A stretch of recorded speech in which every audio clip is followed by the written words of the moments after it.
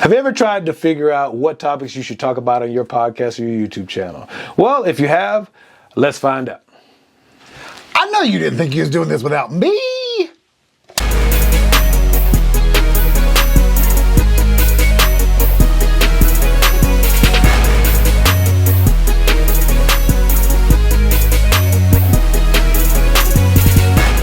It looks stupid while we're doing it, but editing purposes, it makes sense. I'm ready. I'm ready. Are you regretting it yet? No, not yet. Let's give them something to talk about. Yes. Have you ever wondered what your YouTube channel or podcast should be about? What topics you should pick, things you should discuss? What are you into? What are you into? What you about? Should you be here? I think that's wisdom. Does anybody care what you have to say? What topics do you want to talk about? Are they interesting? Are you sure? How do you go about that? How do you go about picking a topic? I think the topic should be something that you are interested in or that your viewers may potentially be interested in. How do you think about that? Depends on what's going on. Some people choose current events. Some people like to just talk about what they are interested in specifically. Now, current events, you have to keep up with what's current. Absolutely. The way we select our topics on Nosy with Good Intentions is... we make it up. I'm kidding. I'm kidding. No, we take what's happening in our actual lives here on the Personal Podcast and we make a list.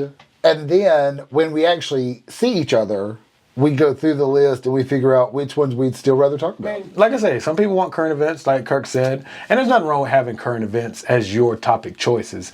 It's just that you literally have to really be on every topic. If you do current events and you let too much time lapse, it's no longer a current event and people will probably lose interest. Quickly. Real fast. Depending on the theme of your podcast or your YouTube channel, you may want to do multiple topics per episode or you may want to do a singular topic per episode. And length. That should be a factor too. That's what she said. The longer the better.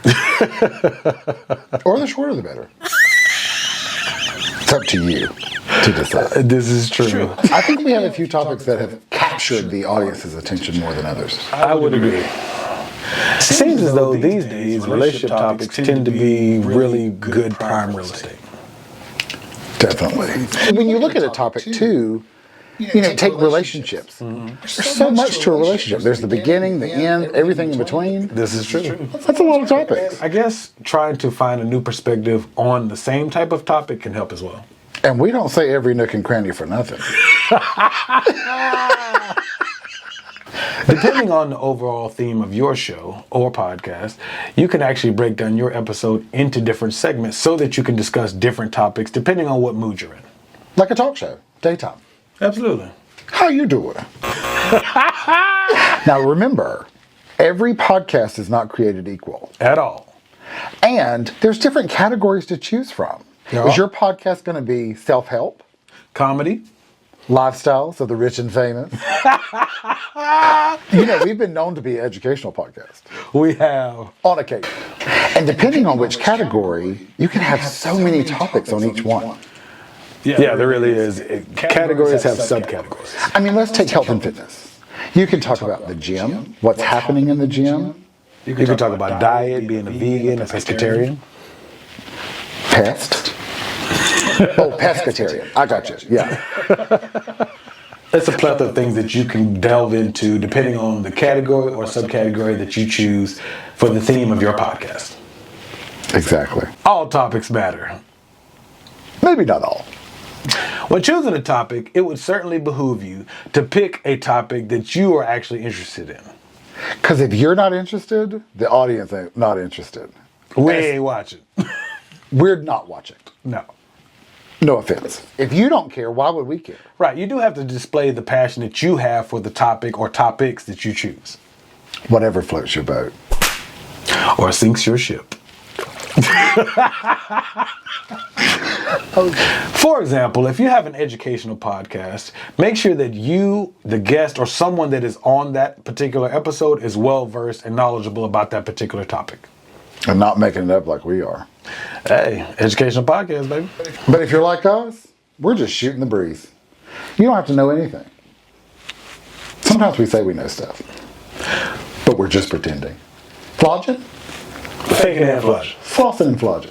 Depending on your topic choices, I would personally suggest you be cognizant of those that you may or may not offend, depending on what you're talking about in your particular show or episode. But also be careful not to censor too much. Because even though a topic might be touchy, it doesn't mean it doesn't need to be talked about. We even talked about suicide.